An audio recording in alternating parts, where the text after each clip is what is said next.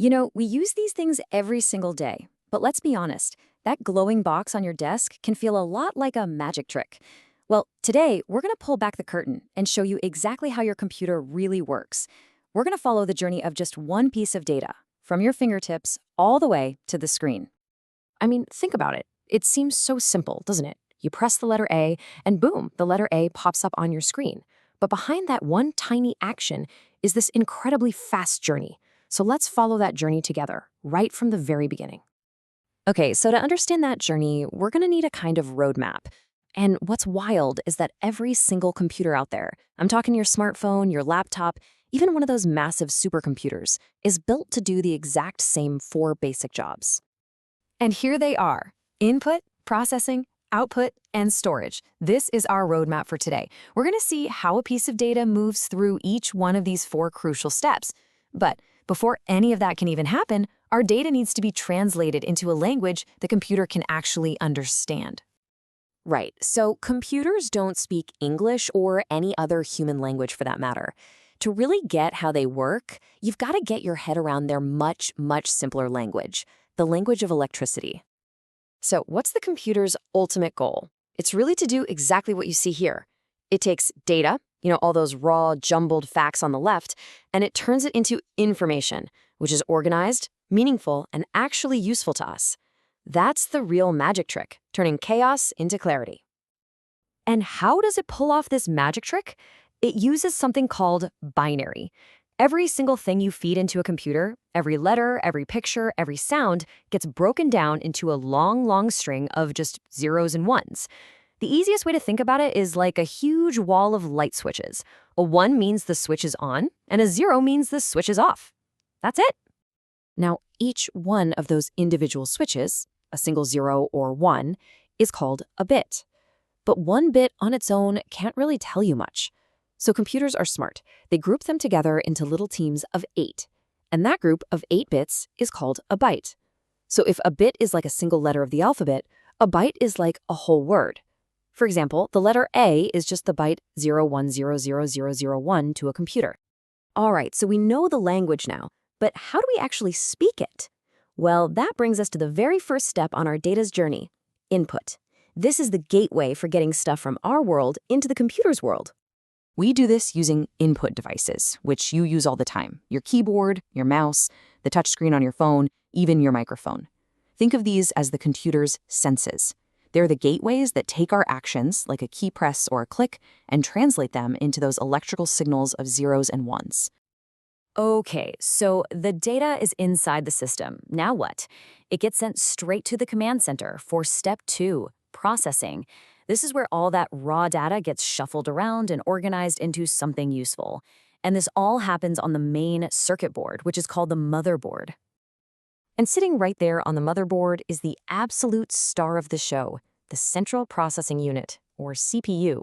And it has a very famous and frankly a very well-deserved nickname: the brains of the computer. The CPU is basically the ultimate project manager. It grabs our instructions, it does all the math, all the heavy lifting, and it tells every other part of the computer what it needs to be doing and when. And it does all of this at mind-blowing speeds, which we measure in gigahertz. That just means it's doing billions of things every single second. But hey, even the brain needs a place to work, right? The CPU can't do its job all by itself. It needs a workspace, and that workspace is called RAM. Just think of RAM as the computer's desk. It's where it lays out all the data it's actively working on right now. This is exactly why having more RAM lets you have more programs and browser tabs open at once. But, and this is super important, it's a temporary desk. The moment you turn the power off, everything on it gets wiped completely clean. That's why we call it volatile. So, the CPU has done its job. It's processed our data into useful information, all on its temporary RAM workspace. So what's next? Well, it's got to show us what it did. And this brings us to step 3, output. This is how the computer talks back to us. Your monitor shows you the words and pictures, your speakers and headphones play the sounds, and a printer can give you a physical copy.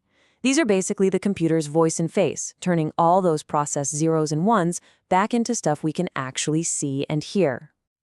And these output devices can be really specialized. Just take printers, for example. An inkjet printer is amazing for printing out beautiful, high-quality color photos. But a laser printer, that's the champ for spitting out page after page of super sharp text, and fast. It's really all about picking the right tool for the job. And that brings us to the final step in our data's journey. It's been inputted, processed, and outputted. But what if we want to keep all that great information after we shut down the computer? Remember, that RAM disk is temporary. We need something more permanent. This is where we need non-volatile storage. So if RAM is the temporary disk, think of this as the computer's long-term filing cabinet. It holds absolutely everything: your operating system, your apps, your photos, your documents, and it keeps them safe and sound, even when the power is totally off. The two most common types you'll see are the hard disk drive, or HDD, which is an older technology that uses spinning magnetic disks, and the much faster solid-state drive, or SSD, which uses flash memory and has 0 moving parts. That lack of movement is the key. It's why a computer with an SSD can boot up in just a few seconds instead of a few minutes. And of course, that digital filing cabinet doesn't have to live inside your computer. We've got portable flash drives, things like CDs and DVDs, and more, cloud storage, which is really just a fancy way of saying you're saving your files on huge, powerful computers that you can access over the internet. So there you have it. From the second you press a key to the moment you hit save, your data goes on this incredible, lightning-fast journey. Input, processing, output, and storage. 4 totally different steps, all working together perfectly as one powerful collaborative system. And look, knowing how this all works isn't just for fun. It really empowers you. The next time you go to buy a new computer, you can ask the right questions. Things like, how fast does the CPU need to be for the kind of work I do? Or how much RAM do I really need for all my open tabs? Understanding the parts helps you build the perfect system for you. And one last thing. Optimizing the system inside the box is obviously crucial, but it's just as important to optimize the system outside the box, the one that exists between you and your machine. That's what ergonomics is all about. By setting up your monitor at eye level or getting your chair adjusted just right, you're not just making yourself more comfortable, you're making sure the entire human-computer system is working at its absolute best. And that's really the final piece of the puzzle, making your tech truly work for you.